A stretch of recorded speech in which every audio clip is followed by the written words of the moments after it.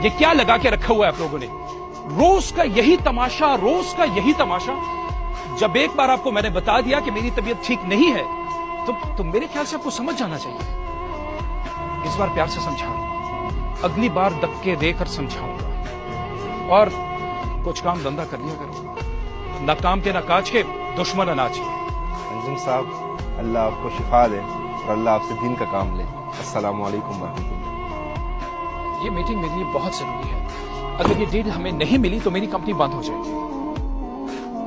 मुझे कुछ नहीं पता, तो मोआ कंपनी के ऑनर के साथ मेरी मीटिंग किसी भी तरीके से फिक्स करो। आपको अंदर बुलाया जा रहा है।